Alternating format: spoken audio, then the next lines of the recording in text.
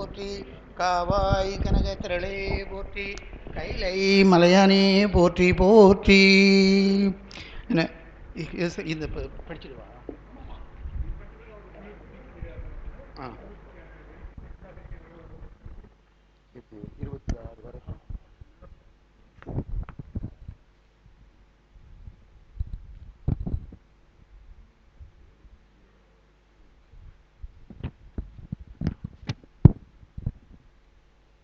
திருவாசகத்தில் 2வது பதிகம் கீர்த்தி திரு அகவல். தில்லை மூதூர் ஆடிய திருவடி பல்லுயிர் எல்லாம் பயின்றனாகி எண்ணில் பல்குணம் எழில்பெற விளங்கி மண்ணும் விண்ணும் வானோர் உலகம்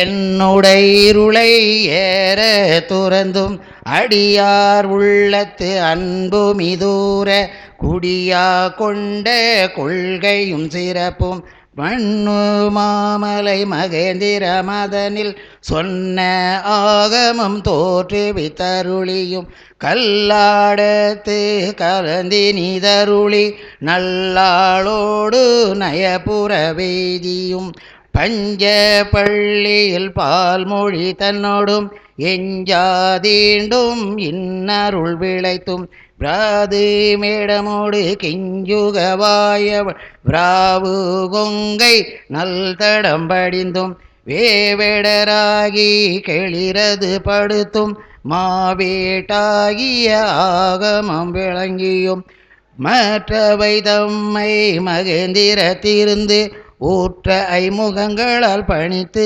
அருளியும் நந்தம்பாடியில் நான் மறையோனால் அந்தமில்லாரிய நாயமர்ந்தருளியும் வேர்வேறுருவம் வேர்வேறு இயற்கையும் நூறாயிரம் இயல்பினதாகி ஏருடைசன் இப்புவனில் உய்ய கூருடை மங்கையும் தானும் வந்தருளி.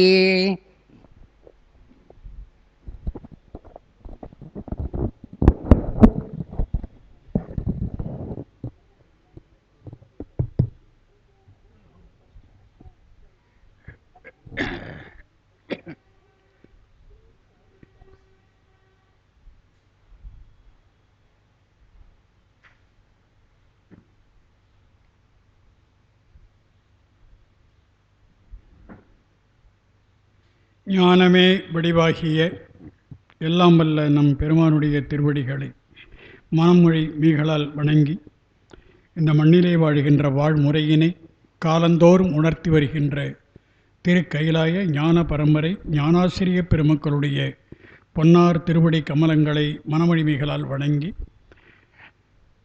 இந்த நல்ல இடத்திலே நல்ல நேரத்திலே நம்முடைய காஞ்சிபுரம் சிவஞான அருள்நெறி அறக்கட்டளை நடத்துகின்ற திருவாசக தொடர் உரையில் இது 2வது பகுதியாகிய கீர்த்தி திரு அகவல். இந்த கீர்த்தி திரு அகவல் என்பது 2 கருத்துக்களை நமக்கு சொல்லுகிறது. அகவல் என்பது கருத்துக்களை வெளிப்படுத்துகின்ற செய்யுள்களில் ஒரு வகை, ஒரு பாடல் வகை. அகவல் என்பது அது எவ்வளவு அதிகமான அடிகளை கொண்டும் இருக்கலாம். அதுக்கெல்லாம் வரையறையே கிடையாது. குறைந்த அளவு 3 அடி, அதிக அளவு எவ்வளவு வேணாலும் போகலாம். அதுதான் அகவல் பா. அந்த அகவல் பாவில் கீர்த்தி, கீர்த்தி என்றால் புகழ் என்று பொருள். இந்த சொல்லு நல்ல தமிழ் சொல்லு. எப்படி அப்படின்னு கேட்டால் சீர்த்தி என்பதுதான் சரியான சொல். அந்த சீர்த்தி என்பது கீர்த்தியாக மாறி இருக்கிறது. சீரும் சிறப்பும் என்று சொல்லுவோம்.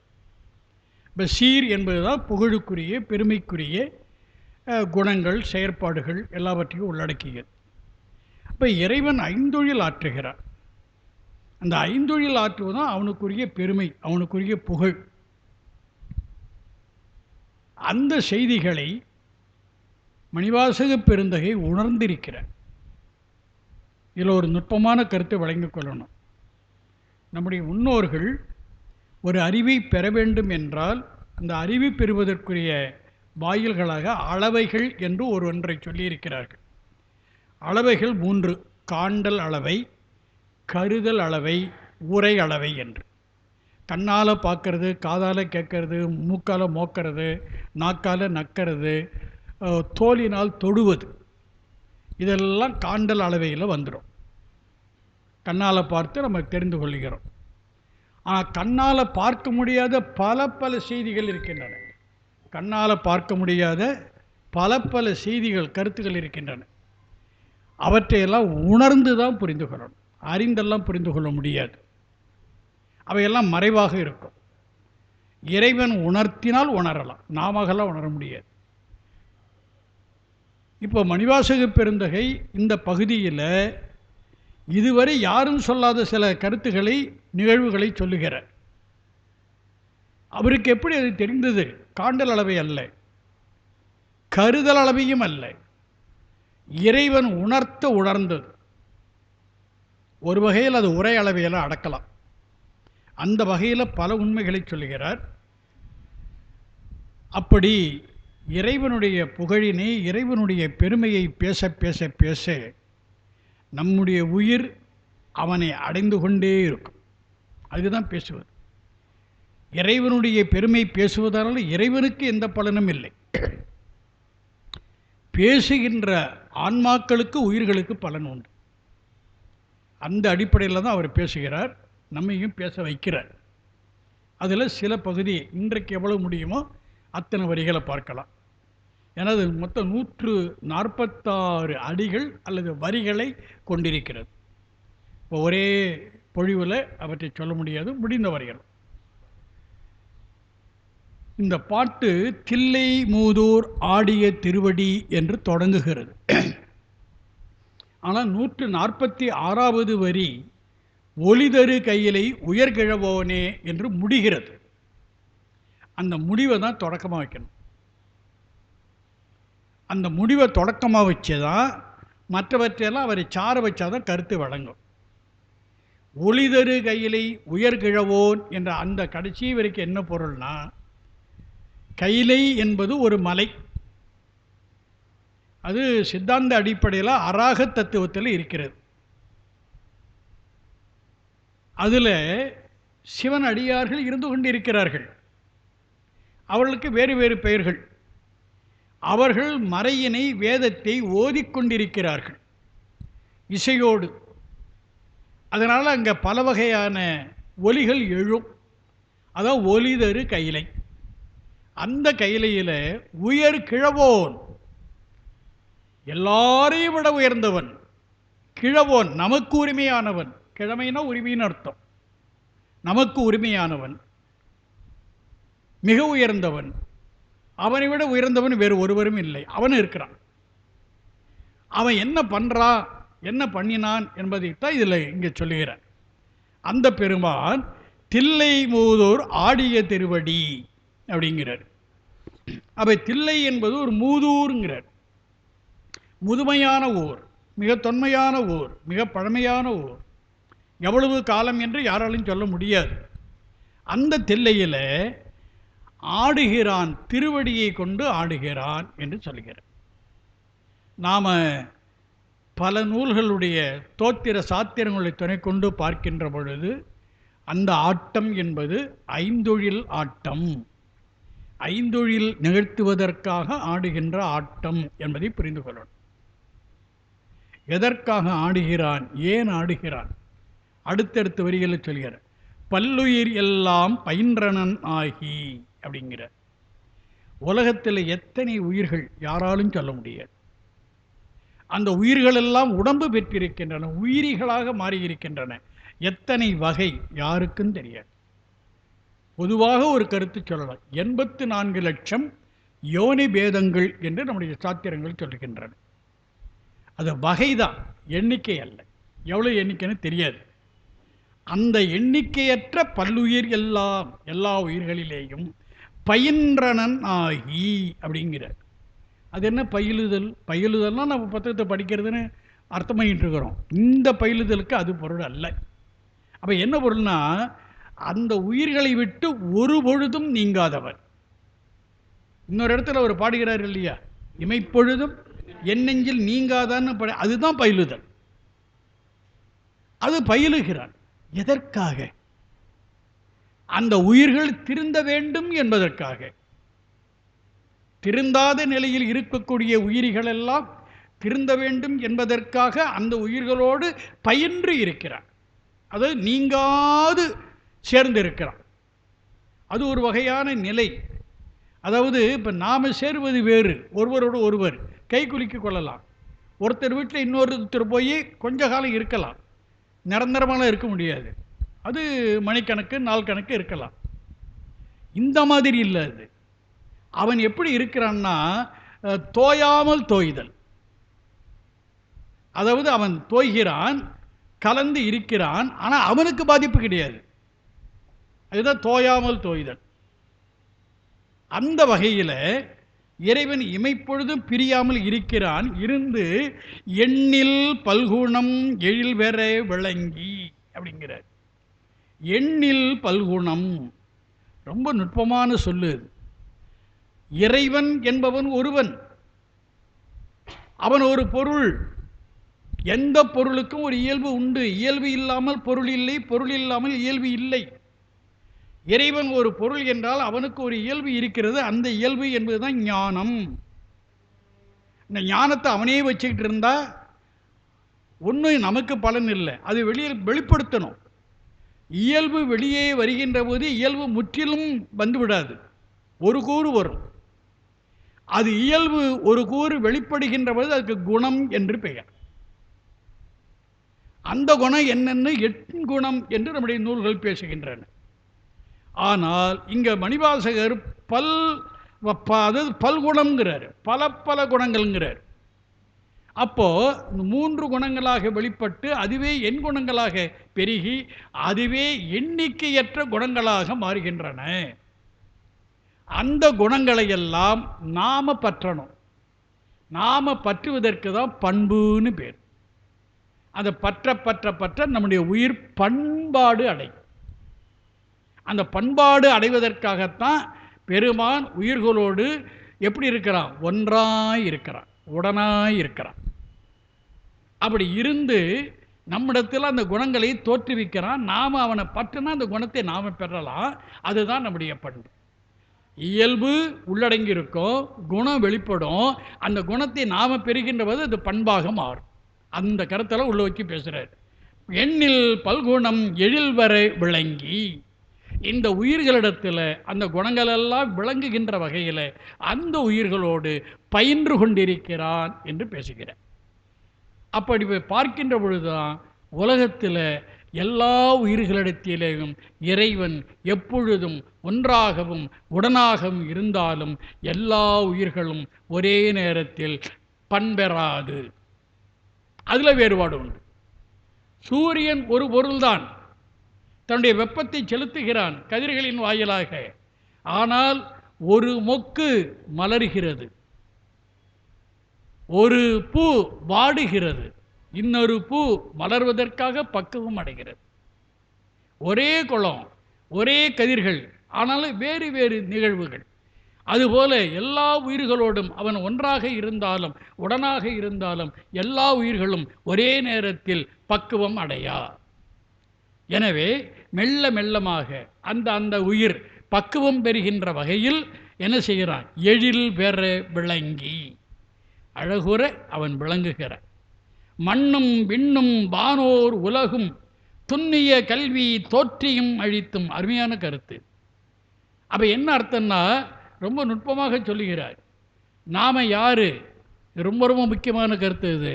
நாம் உயிர் என்று பொதுவாக சொல்கிறோம். நான் அறிந்த வரையிலும் உயிர் என்பது, உயிர் என்று எந்த பொருளை குறிக்கிறோமோ அந்த பொருளின் ஒரு நிலையைத்தான் சொல்லுகிறது. அதனுடைய முழுமையான நிலையை சொல்லலை. அதனால் நான் அறிந்த வரையிலும் இந்த உயிர் என்ன பொருள் என்றால் சாரும் பொருள். அதனால் நான் ஒரு சொல்ல உருவாக்கி இருக்கிறேன். சார் கூட்டல் ஊ, சாரு. உயிர் என்ன என்றால் சாரு. அதுதான் பொருத்தமான கருத்து. அந்த சாரு என்ன செய்கிறதுன்னா அனாதி நிலையில் ஆணவத்தை சார்ந்து விடுகிறது. சார்ந்ததன் வண்ணமாகிறது. அறியாமை வந்துருச்சு உயிருக்கு. அதாவது சாருவுக்கு அறியாமை என்பது இயல்பு அல்ல, சார்பு அறியாமை. அதுதான் அதனுடைய துன்பத்துக்கு காரணம். இறைவனுடைய இயல்பு ஞானம், அவன் ஞானப்பொருள். எனவே கருணையோடு நோக்குகிறான். இந்த உயிர் இப்படி அறியாமையில் கடந்து துன்பம் அடைகிறதே, இந்த அறியாமையை நீக்கிக் கொள்ள வேண்டும் என்பதற்காக அவன் உதவ வருகிறான். அதனால தான் இந்த உயிரோடு பயிலுகிறான். அப்போ தன்னுடைய குணங்களை தருகிறான். எந்த உயிர் எடுத்துக்கொள்ளுமோ அது எடுத்துக்கொள்ளும். அதைத்தான் இங்கு சொல்ல வருகிறார். அந்த மாதிரி சொல்லுகின்ற பொழுது இந்த உயிர்களுக்கு அதை எப்படி தருகிறான்? அறிவாக தருகிறான். அந்த அறிவு பெறுதலைத்தான் நாம் கல்வி என்று சொல்லுகிறோம். இப்பொழுது இருக்கக்கூடிய கல்வி வேறு, அது ஆய்வுக்குரியது. இங்கு சொல்லுகின்ற கல்வி என்றால் கல் என்றால் தோண்டுதல் என்று பொருள்.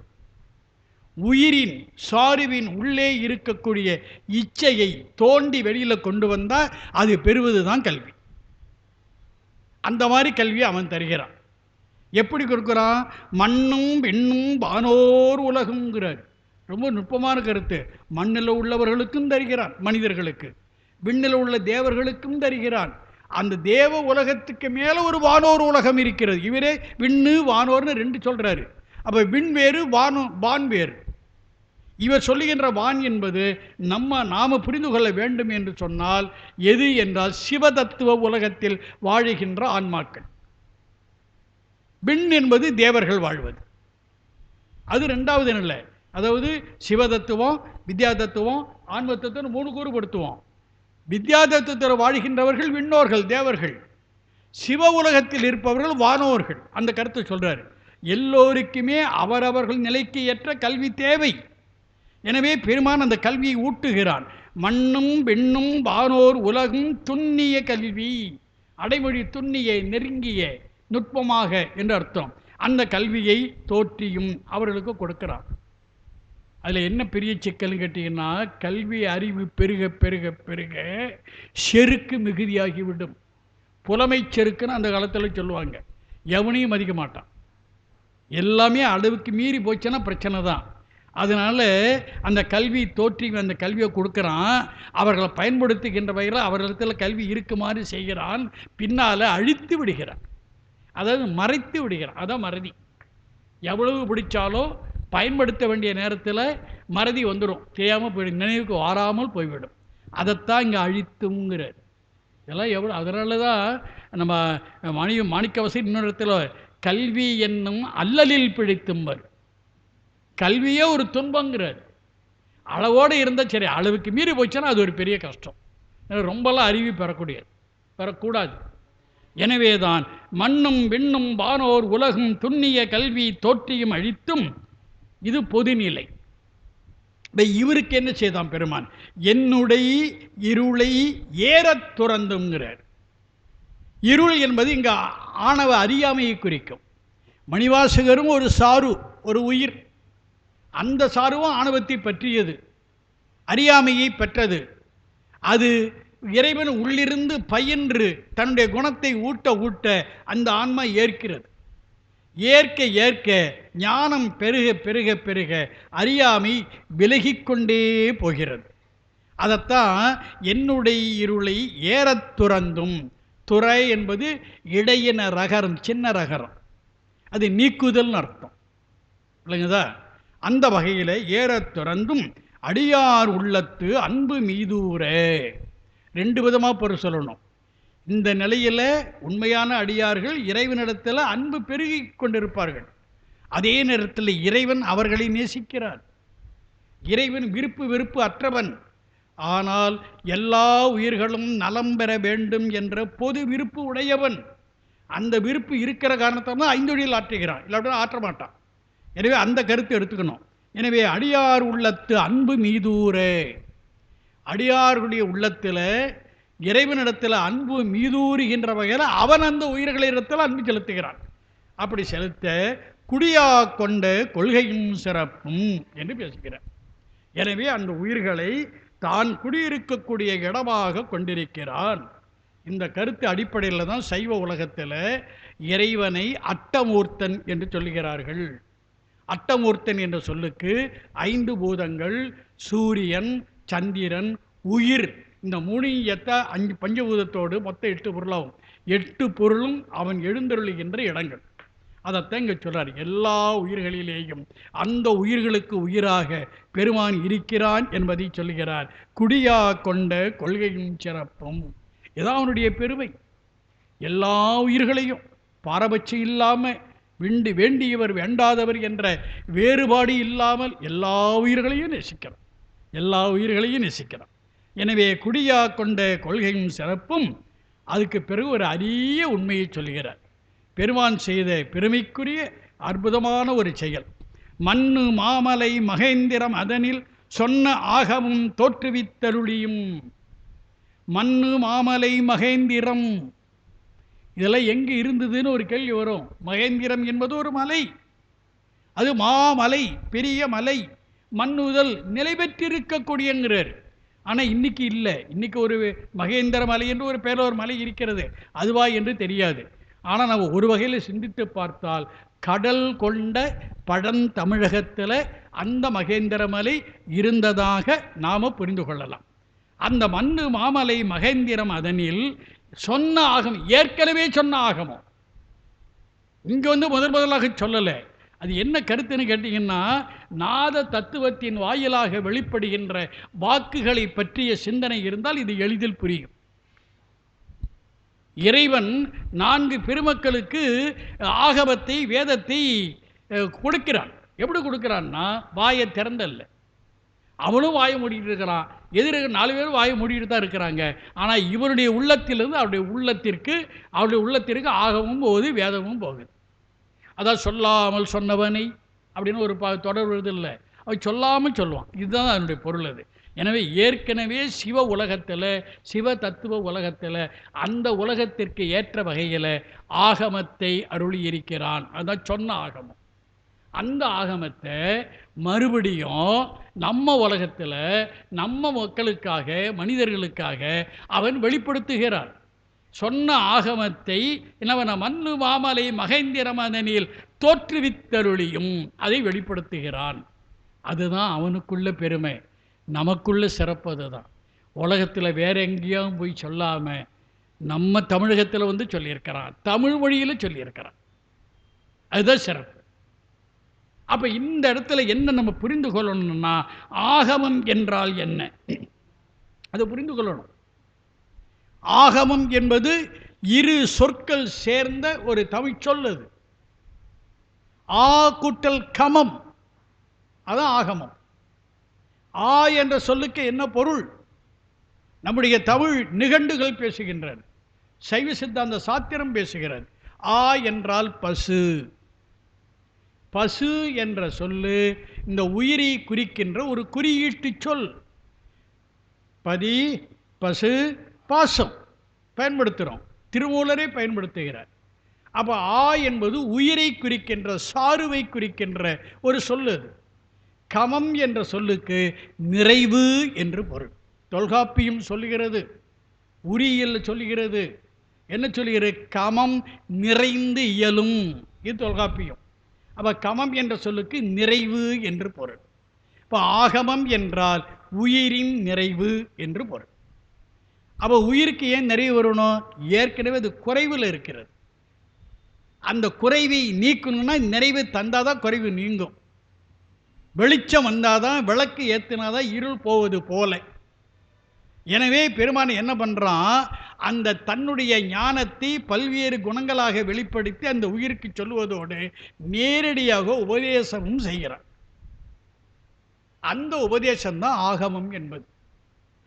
அப்போ ஆகமம் என்ற சொல்லுக்கு குறை உடைய உயிர் நிறைவு அடைவதற்காக என்ன வழிமுறைகள் இருக்கின்றனவோ அந்த வழிமுறைகளையெல்லாம் சொல்லுகின்ற நூலுக்கு ஆகமம் என்று பெயர். அதனால்தான் தமிழகத்தில் சொல்கிறான், வேற்று இடத்துல வேற்று மொழியில் அவன் ஏன் சொல்லவில்லை? இப்படிலாம் ஆராய்ந்து பார்த்தோம்னா இந்த தமிழகம்தான் அதற்கு ஏற்ற பக்குவ நிலம். இந்த தமிழகத்தில் பிறக்கின்ற உயிர்கள்தான் அதை உள்வாங்குகின்ற பக்குவம் உடைய உயிர்கள். இந்த தமிழ்தான் அந்த கருத்துக்களை நுட்பமாக சொல்லுகின்ற ஒரே கருவியாக இருக்கக்கூடிய ஒப்பற்ற தமிழ். அதனால தான் சொன்ன ஆகமம் மண்ணு மாமலை மகேந்திர மதனில் தோற்றுவித்தருளியும் என்று பேசுகிறார். அதற்கு அடுத்தாறு போல அவன் நமக்காக வேறு என்னெல்லாம் செய்திருக்கிறான் அதை சொல்லுகிறார். கல்லாடத்து கலந்து இனிது அருளி நல்லாலோடு நயப்புறவு எய்தியும்ங்கிறார். இது என்ன பண்ண? கல்லாடம் என்பது ஒரு தலம், எங்கே இருக்கிறது என்று யாருக்கும் தெரியாது. இதெல்லாம் திருவாசக தலங்களில் வரும். அப்ப இது பழமை. இது இவருக்கு எப்படி தெரிந்தது? அதான் கேள்வி. இறைவன் இவரோடு ஒன்றாய் இருப்பது போல இவரும் இறைவனோடு ஒன்றாய் இருக்கிறார். அதனால உணர முடிகிறது. அவன் உணர்த்துகிறான், இவர் உணர்கிறார். அந்த வகையில் தான் இதை பேசுகிறார். எனவே தான் நம்ம அறிவை கொண்டு ஆராய்ச்சியெல்லாம் பண்ணி இந்த கல்லாடை இந்த இடத்துல இதுதான் சார் கல்லாடம்னு சொல்லிடவே முடியாது. தேவையும் இல்லை. கருத்தை மட்டும் வாங்கிக்கிட்டால் போதும். கல்லாடம் என்பது ஒரு தலம். அந்த தலத்தில் பெருமான் தன்னுடைய இறைவியோடு கலந்து இனிது இருக்கிறான். ஏன்னு ஒரு கேள்வி வரும், கேட்டால் ஒரு செய்தி வரும்.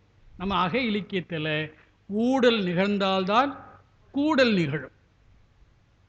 அப்போ இறைவிக்கு இறைவனோடு ஒரு பிணக்கு இருக்கிறது, இருந்தது. அதனால பிரிந்து இருந்தாள், மறுபடியும் போய் சேர்ந்துட்டான். இப்போ ஊழல் முடிந்து கூடல் வந்துடுச்சு. அதைத்தான் இங்கே சொல்ல வர்றார்.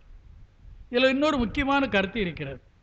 உயிர் உயிர் தான். உயிரில் ஆண் உயிர் பெண் உயிர் இதெல்லாம் கிடையவே கிடையாது. ஆனால் உடம்புல ஆண் உடம்பு பெண் உடம்புலாம் உண்டு. எதற்காக? இறைவனுடைய ஞான வெளிப்பாடு என்பது மூன்றாக இருக்கும். ஒன்று அறிவு, இன்னொன்று செயல், இன்னொன்று இச்சை, விருப்பம், விளைவு. விளைவு என்பது எல்லா உயிர்களுக்கும் போது, ஆணுக்கும் போது பெண்ணுக்கும் போது. அப்போ அந்த விளைவை வெளிப்படுத்துகின்ற வகையில் ரெண்டு, ஒன்று அறிவு, இன்னொன்று செயல்.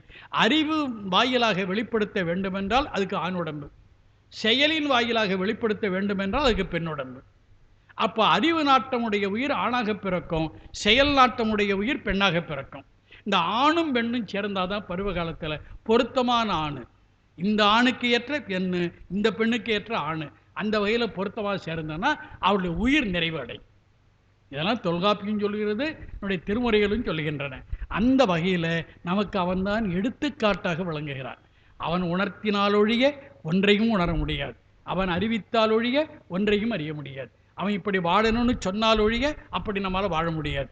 எனவே உலகத்தில் ஆணும் பெண்ணும் பருவ காலத்தில் பொருத்தமுறை இணைந்து பிணைந்து வாழணும். அதுதான் உயிர் நிறைவடைவதற்குரிய வழி. அதை வெளிப்படுத்துவதற்கு தான் கல்லாடத்து கலந்து இனிது அருளி நல்லாலோடு நயப்புறவு எய்தியும் என்று பேசுகிறார்.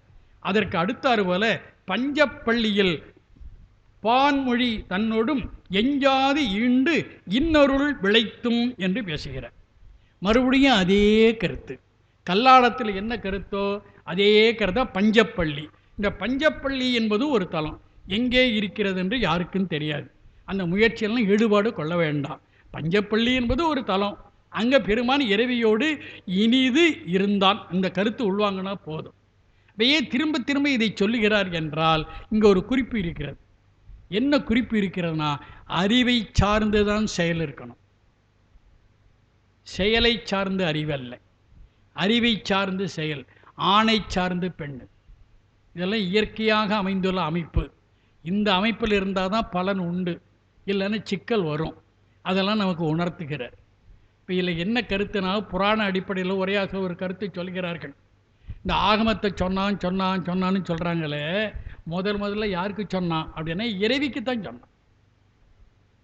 இறைவிக்கு சொன்னபோது இறைவி அதை 100க்கு 100 கவனத்தோடு கேட்கவில்லை.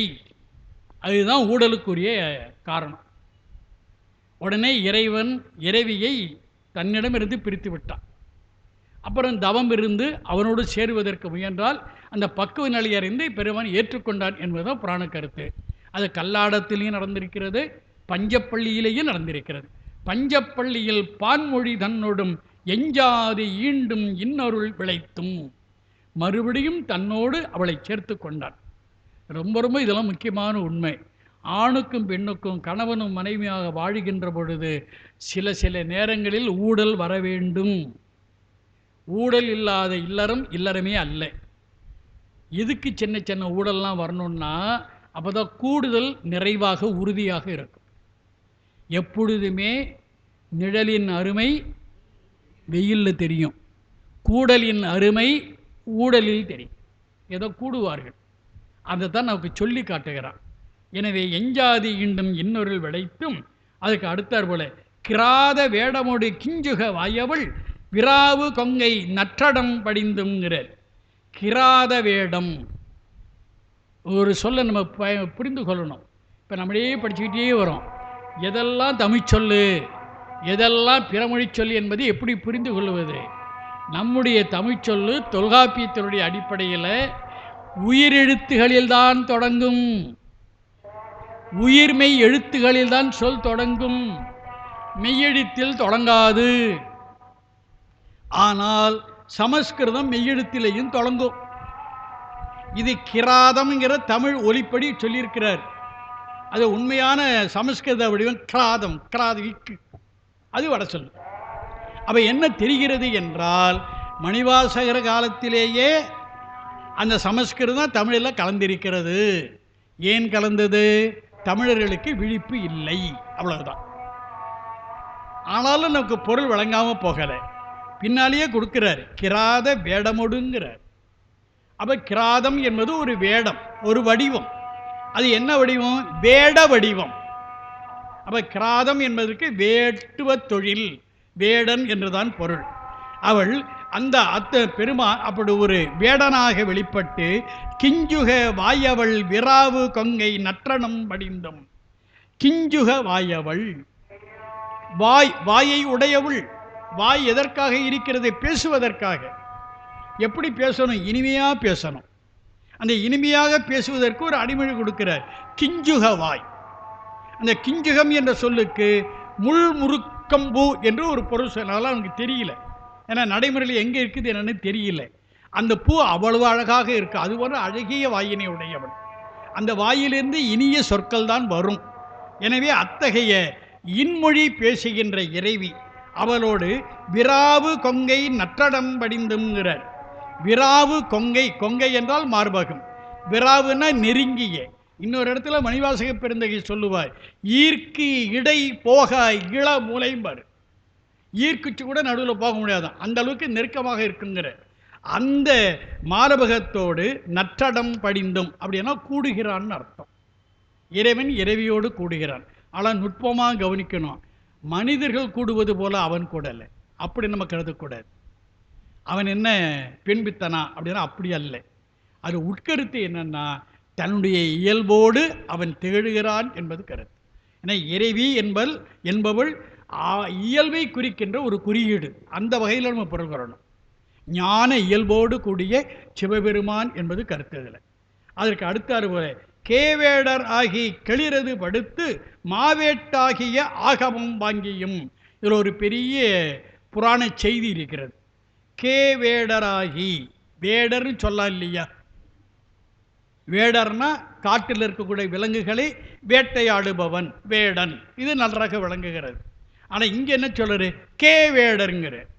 அப்போ கேவேடர்னா என்ன பொருள் அப்படின்னா, காட்டில் விலங்குகள் இருக்கின்றன, ஆனால் நீர்நிலைகளில் மீன்கள் இருக்கின்றன. மீன்களை வேட்டையாடுவது ஒரு வேட்டை. அந்த வேடனுக்கு தான் கேவேடன்னு பேர். அப்போ பெருமான் என்ன பண்ணுகின்றான்? ஒரு மீனவனாக, வலைவீசி மீன் பிடிப்பவனாக அவன் வெளிப்படுகிறான். ஏன்னு ஒரு கேள்வி வரும். அல்லதான் நம்ம பார்க்கணும். புராணம் சொல்லுகிறது. அது இந்த இடத்துல விளக்குகிறார். கேவேடராகி கிளிரது படுத்து.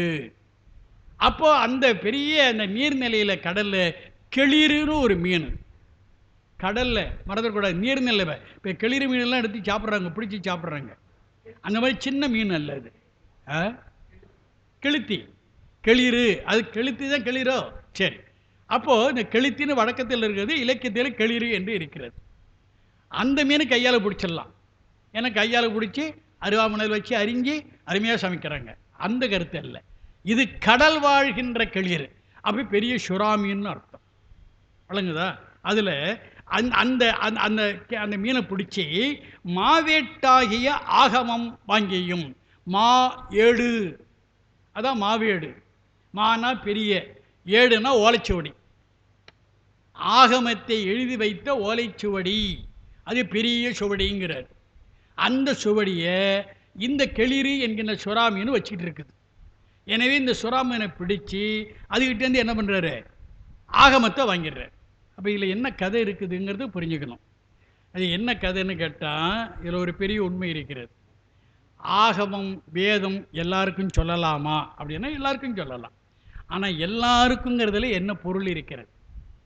வேறுபாடு கிடையாது. சாதி வேறுபாடு, இன வேறுபாடு, மொழி வேறுபாடு, எந்த வேறுபாடும் கிடையாது. ஆனால் பக்குவ வேறுபாடு இருக்கிறது. பக்குவம் இல்லாதவர்களுக்கு ஆகமத்தை சொல்லக்கூடாது. அப்போ பக்குவம் உடையவர்கள் யார் என்று ஒரு கேள்வி வரும். இப்போ அனுபவத்தின் மூலமாக பக்குவம் பெறணும். எடுத்த உடனே யாருக்கும் ஆகமத்தை சொல்லக்கூடாது, சொல்ல முடியாது. அதனால் பெருமான் என்ன சொல்கிறான், தன்னுடைய துணைவியாகிய இறைவிக்கு சொல்லுகிறான். அப்படி இறைவிக்கு சொல்லுகின்ற பொழுது நந்தி தேவர்னு ஒருத்தர் காவல் தெய்வம். இதில் ஒரு முக்கியமான கருத்து, நந்தி என்பவர் வேறு யாரும் இல்லை, முதலாக பக்குவம் பெற்ற ஆன்மா. அது அந்த ஆன்மாவிற்கு ஒரு வடிவம் கொடுக்கிறான். அதுதான் இடவ வடிவம். இடவம் என்றால் காளை. ஏன் அந்த வடிவத்தை கொடுக்குறான்னா பலமுறை சொல்லியிருக்கிறோம். இந்த காளை என்பது தான் அறத்தின் குறியீடு. அறம் என்ற சொல்லுக்கு என்ன பொருள் என்றால், மற்றவர்கள் மீது அன்பு செலுத்துகின்ற போது தன்னை இழக்கணும். அதுதான் அறம், அதுதான் அன்பு. காளை எப்படி செய்கிறது? எப்படி செய்கிறதுன்னா 7 மாதம் 8 மாதம் இதில் கழனியில் வேலை செய்கிறது உழவனுக்காக. அறுவடை ஆன பிறகு நெல்மணி அவன் கொடுக்கல, உதவாத அவனுக்கு உதவாத வைக்கல கொடுக்கலாம், தின்னுட்டு உழைக்குது. அந்த நெல்லை கொண்டு போய் குத்தி அதை அரிசி ஆக்குகிறான். அந்த தவிட்டை கொடுக்கலாம், அவனுக்கு உதவாத தவிட்டை தின்னுட்டு வேலை செய்யுது. அந்த அரிசியை சோறாக்கி என்ன பண்ணுறான், அதை சோறு ஆக்குவதுன்னு கழுவுகிறான். அந்த கழுநீரை கொடுக்கலாம், குடிச்சிக்கிட்டு வேலை செய்யுது. அந்த அரிசியை சோறாக்கி என்ன பண்ணுற, தின்னுட்டு மீந்த சோற்றை கொடுக்குறான், கஞ்சியை ஊற்றுறான், குடிக்குது. அப்போ தன்னை இழக்கிறது. இதுதான் அன்பிற்கு இலக்கணம், இதுதான் அறத்திற்கு இலக்கணம். முதலாக ஒரு ஆன்மா பக்குவம் பெற்றதே, அந்த ஆன்மாவிற்கு இறைவன் ஒரு வடிவம் கொடுத்தான். அதுதான் இடப வடிவம், அதுதான் இடபம். அந்த இடபம் 3 வேலையை செய்கிறது. ஒன்று, அந்த இடபம்தான் அந்த சிவபெருமானுடைய முதல் மாணவன். அந்த மாணவராக இருக்கக்கூடிய அந்த இடபம்தான் ஆன்மாக்களாகிய எல்லோருக்கும் உள்ள முதல் குரு. அதனால் அவருக்கு நந்தி தேவர்னு பேர். ஏன் நந்திங்கிற பேர் வந்தது அப்படின்னு சொன்னால், நந்தி நந்தி, நம்ம உள்ளுக்குள்ளாக பெருமானை வச்சுக்கிட்டு இருக்கணும். பெருமான் எப்படி இருக்கிறான்? ரொம்ப நுட்பமான கருத்து இது. அவன் இள வெப்பமாக இருக்கிறான். ஏனெனில் இள வெப்பம் இல்லை என்றால் பொருளுக்கு அழிவு ஏற்பட்டு விடும். நம்ம வீட்டில் அறுவடை பண்ணி நெல்மணியெல்லாம் கொண்டு வந்து கோட்டை கட்டி வச்சா எத்தனை ஆண்டுகள் பயன்படுத்தலாம்? 12 ஆண்டுகள் பயன்படுத்தலாம் பழைய காலத்தில். தரமான நெல். ஆனால் அதுக்கு பேர் பயன்படுத்த முடியாது. ஏன் காரணம்னா, அது இளம் வெப்பம் இருந்து கொண்டே இருக்கலாம், அழிவு வராது. ஒரு கால் ஈரம் பட்டுடுச்சு, முடிஞ்சு வச்சுக்க. அவை இறைவனை உள்ள எழுந்தருளி இயக்கம் இயங்கிக் கொண்டே இருப்பான் பெருமான். தில்லைகளை மட்டும் இல்லை, உண்மையா எல்லா ஆன்மாக்கள் பெற்றுள்ள எல்லா உடம்புகளின் உள்ளேயும் பெருமான் இருந்து இதயத்தில் இருந்து ஆடிக்கொண்டு இருக்கிறான். எனவே இதயத்தில் துடிப்பு என்று ஒன்று இருக்கிறது. அது ஞானிகளுக்கு, பக்குவம் பெற்ற ஆன்மாவுக்கு நன்கு விளங்கும். எனவே உள்ளுக்குள்ளாக அவர்கள் வழிபாடு செய்வார்கள். அதற்கு அகப்பூசை என்று பெயர். அகப்பூசை செய்ய செய்ய செய்ய ஞான வெப்பம், ஞான தீ எரிந்து கொண்டே இருக்கும். அதனால் நம்மிடத்தில் உள்ள தீ, அந்த தீயை உணர்ந்தவர்கள் நந்தி. இதெல்லாம் சொல் விளக்கம். சொல்லை ஆய்ந்து ஆய்ந்து பொருளை பார்க்கணும். மேலோட்டமாக பொருளை பார்த்துரு. நந்திதர்னா அவர் யாரோ ஒருத்தர்லாம் கிடையாது. முதலாக பக்குவம் பெற்ற ஆன்மா என்பதுதான் என்னுடைய கருத்து. அது முதல் சீடனாக இருக்கிறது, உயிர்களுக்கெல்லாம் முதல் குருவாக இருக்கிறது. அதே நேரத்தில் இறைவனுக்கு வாகனமாகவும் பயன்படுகிறது. அது மட்டுமல்ல, அது கொள்கை விளக்க குறியீடாகவும் இருக்கிறது, விடைக்கொடி. அது மட்டுமல்ல, இன்னொரு முக்கியமான கருத்து, அந்த இறைவனுக்கு இறைவன் எழுந்தருள் இருக்கக்கூடிய இடத்தை காவல் காக்கின்ற காவல் தெய்வமாகவும் இருக்கிறது. ஏனென்றால் கையிலேயே நந்தி தேவர் காத்து கொண்டிருக்கிறார் என்று நம்முடைய நூல்கள் எல்லாம் சொல்கின்றன. அந்த இடத்தை தான் இங்கே பார்க்கணும். உள்ள பெருமான் இறைவிக்கு ஆகமத்தை சொல்கிறான், பக்குவம் இல்லாத யாரும் உள்ளே வந்து விடக்கூடாது என்பதற்காக நந்தி தேவருக்கு கட்டளையிடுகிறான், யாரையும் உள்ளே விடாதே. ஆனால் விநாயகனும் முருகனும் உள்ளே வருகிறார்கள். விடுறதா தடுக்கிறதா? ரெண்டும் பண்ண முடியாது. தடுக்கவும் முடியாது, உள்ளே விடவும் முடியாது. ஆனால் அவர்களாக உள்ளே போய்விட்டார்கள். நந்தியால் ஒன்றும் பண்ண முடியல. உள்ளே போய் என்ன செய்கிறார்கள் என்றால், இந்த இறைவி சரியாக கேட்காத அந்த உள்வாங்காத காரணத்தினால இறைவன் கோபிக்கிறான். தன்னுடைய அன்னையை கோபிக்கிறானே தந்தை என்று. அவர்கள் இதற்கு என்ன காரணம் என்றால், இந்த ஆகம ஏடுதான் காரணம் என்று அந்த ஆகம ஏட்டை எடுத்து கடலில் போட்டு விடுகிறார்கள். இதெல்லாம் புராணம் சொல்லுது. உடனே பெருமான் என்ன செய்கிறாருன்னா, எல்லாருக்கும் ஜாபம் கொடுக்குறார். இந்த இறைவி மீனவ பெண்ணா போய் வெளிப்படணும். நந்தி தேவர் சொராமியனா உள்ளே போய் அந்த ஆகமத்தை அழியாமல் பார்த்துட்டு இருக்கணும். இந்த முருகனுக்கு வாய் பேச ஊமை நிலை வரணும். இப்படியெல்லாம் அவர் அருள் பாலிக்கிறார். அந்த நிலையெல்லாம் ஏற்படுது. இப்போது இந்த இறைவி மீனவ பெண்ணாக இருக்கிறா. இந்த நந்தி தேவர் சுறாமியனாக இருந்து கடலில் ஆகமத்தை வச்சுக்கிட்டு கடலில் அவர் கலக்கிட்டு இருக்கிறாரு. இப்போ என்ன பண்ணுறான் இறைவன்? அதுதான் அதை கே வேடராக வருகிறார். ஏன் வருகிறார்? இந்த கடலில் அட்டகாசம் பண்ணுது இந்த சுறாமீன். இந்த வேடர்கள், அதாவது கே வேடர்கள், அதாவது மீனவர்கள் மீன் பிடிக்க போக முடியல. மீன் பிடிக்கலன்னா வாழ்க்கை ஆதாரம் போயிடும். எனவே என்ன பண்ணுறான், மீனை யாராவது பிடிக்கணும், சுறா மீனை பிடிக்கின்றவர்கள் பரிசு தரங்கிறான். என்ன பரிசு தர? என்னுடைய மகளையே நான் திருமணம் செய்து கொடுக்கிறேன். மகளாக இருப்பவள் யார்? இறைவி. அவளை கல்யாணம் பண்ணிக்கிறது எந்த ஆன்மாவிற்கு தகுதி இருக்கிறது? அதெல்லாம் இறைவனே ஒரு மீனவனாக வருகிறான். அதான் கேவேடர். கேவேடராகி அப்படின்னு என்ன மாதிரி கிளியறது படுத்து கடலில் இறங்கி அந்த சுறாமியனை வேட்டையாடி பிடிச்சிட்டு அந்த சுறாமியன் பாதுகாத்து வைத்திருந்த என்னது மா ஏடு ஆகிய ஆகமம், மாவேட்டாகிய ஆகமம் வாங்கியும் திரும்ப வாங்குகிறார். இதில் என்ன கருத்து இருக்கிறது என்றால், நாம் அதை புரிந்து கொள்ளணும். எந்த ஆகமத்தையும் எந்த வேதத்தையும் யாராலும் மறைக்க முடியாது, அழிக்க முடியாது, ஒழிக்க முடியாது. அது மறையும். பக்குவம் பெற்ற ஆன்மாக்கள் வந்து வெளிப்பட்டுடும். அதுதான் அதனுடைய சிறப்பு. இதில் கருத்து அதுதான். அதனால் நமக்கு இது தெரியும். நம்முடைய திருமுறைகளை பார்த்தீங்கன்னா தேவாரங்கள் அந்த வரலாறு தெரியும். மூவர் பாடிய அத்தனை பதிகங்களும் நமக்கு கிடைக்கல. என்ன சொல்கிறார்கள்னா ஆய்வாளர்கள், 100 பங்கு கிடைத்திருக்கிறது. இப்போ முதல் மூவர் பாடிய 7 திருமுறை இருக்குது, அது உள்ளபடியே 100 பங்கு. அப்போ முழுமையாக இருந்தால் எவ்வளோ இருக்கும்?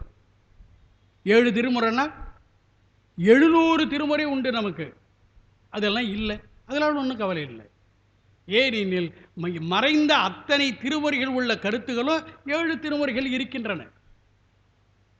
அதனால் நமக்கு எந்த குறையும் இல்லை. ஆனால் அதிகம் படித்தா நல்லது. பக்கம் வாய்ந்தால் அதெல்லாம் வெளிப்படும்.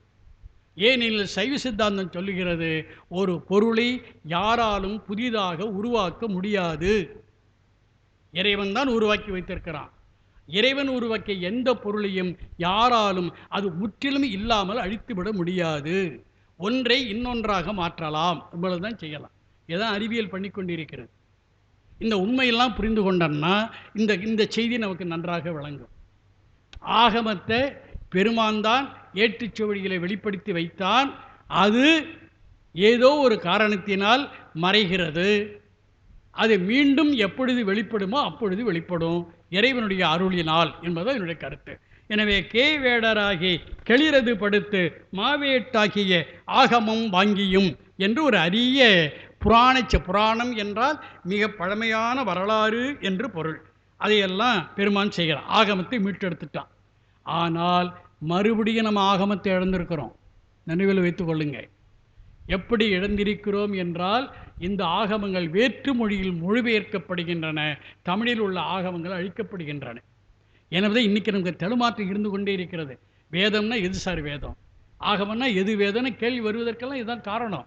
நான் திரும்ப திரும்ப சொல்லுகின்றேன், வேதம் ஆகமம் என்பதெல்லாம் நல்ல தமிழ் சொற்கள், அவை தமிழிலே இருக்கின்றன. அந்த தமிழில் இருந்த இன்றைக்கு இது வெளிப்படையாக இல்லாவிட்டாலும் அவற்றுடைய கருத்துகள் நம்முடைய திருமுறைகளில் இருக்கின்றன, சாத்திரங்களில் இருக்கின்றன என்பதை நம்ம புரிந்து கொள்ளணும். எனவே அதை பயன்படுத்தினால் இன்னும் நுட்பங்களை எல்லாம் நம்மால் பெற முடியும். அந்த வகையில் மற்ற அவைதம்மை மகேந்திரத்து உற்ற ஐமுகங்களால் பணித்தலுடையுங்கிற மறுபடியும் இப்படி மறைந்து போன ஆகமத்தெல்லாம் மீட்டெடுத்து மறுபடியும் என்ன பண்ணுறான்னா, மறுபடியும் மகேந்திர மலையில் எழுந்தருளி 5 முகங்களால் பெருமான் உருவத்திருமேனி எடுப்பதற்கு முன்னதாக அருவுருவத்திருமேனி எடுத்தான். அதுக்கு சதாசிவமூர்த்தி என்று பெயர். சிவலிங்கம் இருக்குல்ல, அதுக்கு இன்னொரு பெயர் சதாசிவம். அது உருவ நிலையில் வெளிப்படுகின்றது, 5 முகங்களை கொண்டு வெளிப்படும். இன்றைக்கி நீங்கள் சில கோயிலை பார்த்தீங்கன்னா ஐமுக லிங்கம் பார்க்க முடியும், 5 பட்டைகள் இருக்கும். இதுதான் கருத்து. உருவம் அருவுருவம், ஆனால் முகம் மட்டும் உருவமாக 5ஆக இருக்கும். அந்த 5 முகங்களின் வாயிலாக அதுக்கெல்லாம் பேர் சொல்கிறார்கள். ஈசானம், தற்புருடம், அகோரம், வாமம், அப்புறம் சத்தியோசாதம், இதெல்லாம் பெயர்கள் சொல்லுகிறார்கள். இதெல்லாம் நம்ம தமிழ்படுத்தணும். என்னுடைய பொருள் தமிழ்படுத்தினால் இன்னும் எளிதாக இருக்கும். எனவே உற்ற ஐமுகங்களால் பணித்தருடையும் நத்தம்பாடியில் நான்மறையோனாய். பாருங்க, ஆகம சொன்னவன் பின்னாலே வேதத்தையும் சொல்கிறான். அப்போ என்ன கருத்துன்னா, வேதம் என்பது உடல் வாழ்க்கைக்கு, இந்த உடல் வாழ்க்கையை உயிர் வாழ்க்கைக்கு ஏற்றாறு போல அமைத்துக் கொள்வதற்கு வேதம். அப்போ அந்த பக்குவம் பெற்ற பிறகு இறைவனை நோக்கி உயிரை கொண்டு போவதற்கு ஆகமம். அவ்வளோதான் விஷயம், வேறு ஒன்றும் இல்லை. வேதம் உலகியலுக்கு, ஆகமம் அருளை பெறுவதற்கு, அவ்வளோதான். அதனால் ஐயா கூட ஒரு தலைப்பு போட்டிருக்கிறாங்கல்ல, ஒரு தலைப்பு, ஒரு நம்ம அடுத்த மாத கூட்டத்தில் அறம் உலகியல் அறம் அருளியல் அறம், அவ்வளோதான். உலகியல் அறம்னா வேதம், அருளியல் அறம்னா ஆகமம், அவ்வளோதான் செய்யுது. எனவே நத்தம்பாடியில் நான்மறையோனாய், நத்தம்பாடின்னு ஒரு தலம் எங்கே இருக்குன்னு தெரியல, அந்த தலத்தில் வேதங்களை வெளிப்படுத்துபவனாக அவன் இருந்தான். ஏற்கனவே மகேந்திரபுரத்தில் ஆகமத்தை வெளிப்படுத்தினான்.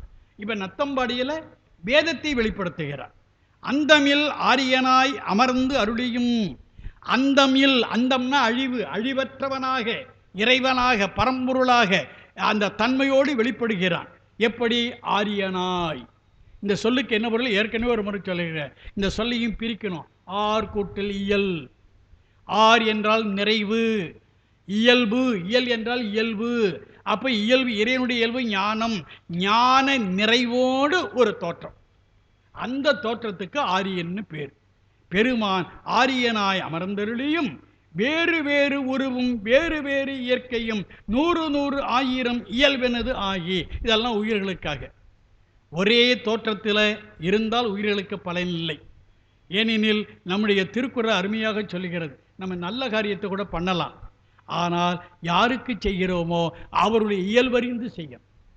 இயல்பறியாமல் நல்ல காரியத்தை செய்தால் அது வீணாகிவிடும். அதனால் அந்த கருத்தில் இவன் என்ன பண்ணா, அந்தந்த உயிர் ஏற்கின்ற வகையில் அந்தந்த உயிருக்கு ஏற்ற ஒரு திருமேனி கொண்டு வெளிப்படுகிறார். இதெல்லாம் மிகப்பெரிய உண்மைகள். நான் உணர்ந்து சொல்லுகிறேன். இன்னொரு இடத்துல மணிவாசக பெருந்தகை பேசுகிறார், நம் இல்லங்கள் தோறும் எழுந்தருளி. அது பொய்ன்னு நினைக்கிறீங்களா? இப்போ என்னுடைய இல்லத்தில் அவன் 3 முறை எழுந்தருளியான். எழுந்தருளிய பொழுது நான் உணரலை, அவன் மறைந்த பிறகு உணர்ந்தேன். இந்த மாதிரி அனுபவங்கள் எல்லோருக்கும் உண்டு. ஏன்னா எல்லோருமே அடியார்கள், எல்லாருடைய வீட்டுக்கும் பெருமான் வருகிறான். ஆனால் என்ன வடிவத்தில் வரான் அதுதான் தெரிய மாட்டேங்குது. தெரிஞ்சால் பிடிச்சிக்குவோம். நமக்கு தெரியாத வடிவத்தில், நம்ம உணர முடியாத ஒரு வடிவத்தில் வந்துட்டு போயிட்டே இருக்கிறான் இல்லையா? அதாங்க சொல்லாரு, 100 100 1000 இயல்பினது ஆகி. அவன் இல்லத்தோடு பண்ணுங்க. அவன் எழுந்தருளுவான்னா எழுந்தருள மாட்டான், எழுந்தருளுவான், ஆனால் பார்க்க தவறி விடுகிறீர்கள். அதுதான். இப்போ திருவாசகம் ஓதுற இடத்துல பெருமாள் எழுந்தருள மாட்டானா என்ன? எழுந்தருளுவான், ஆனால் நம்மளால் உணர முடியல. என்ன காரணம்? நமக்கு இன்னும் அவ்வளோ பக்குவம் இல்லை, அவ்வளோதான், வேற ஒன்று இல்லை. அப்புறம் அருமையாக சொல்கிறார், ஏறு உடை ஈசன் புவனியர் உய்ய, புவனியை உய்ய கூருடை மங்கையும் தானும் வந்தருளி. என்ன அற்புதமாக ஏருடை ஈசன். ஏறுன இடபம். இடபத்தை வாகனமாக உடைய நம்முடைய பெருமான். ஈசன் என்றால் ஐஸ்வர்யத்தை அருளுபவன் என்று பொருள். ஏறு இடபம். இடபம் என்பது அறத்தின் குறியீடு. நான் திரும்ப திரும்ப இந்த கருத்தை சொல்லியிருக்கிறேன். இறைவனை நாம் அடைய வேண்டுமென்றால் அறத்தின் வாயிலாகத்தான் அடைய முடியும். இறைவன் நமக்கு காட்சி கொடுக்க வேண்டுமென்றால் அறமாகிய விடையின் மீது ஏறி அமர்ந்து கொண்டு வந்து தான் காட்சி கொடுப்பான். பெரிய புராணம் தான் நமக்கு எடுத்துக்காட்டு. அந்த கருத்தை அருமையாக சொல்றாரு. ஏருடை ஈசன் புவனியை உய்யே. புவனி உய்யணும், அதாவது மேலான கதியை அடையணும். உலகத்தில் வாழ்கின்ற உயிர்கள் எல்லாம் அதற்காகவே என்ன பண்ணுறான்? கூறு உடை மங்கையும், தன்னுடைய உடம்பில் ஒரு கூறாக உடைய இறைவியும் தானும் இருவருமாக வந்தருளி பல இடங்களுக்கு வருகிறார். இறைவியோடு சேர்ந்து வருகிறார் என்பது இந்த இடத்துல சொல்கிறார். இது மாதிரி பல அனுபவங்கள். அவற்றையெல்லாம் மணிவாசக பெருந்தகை உணர்கிறார். உணர்ந்ததை நமக்கு உணர்த்துகிறார். அந்த வகையில் இந்த கீர்த்தி திரு அவகவல்ல இந்த முதல் 26 அடிகளை நாம் பார்த்திருக்கிறோம். இதனோடு இன்றைய பொழிவினை நான் நிறைவு செய்கிறேன்.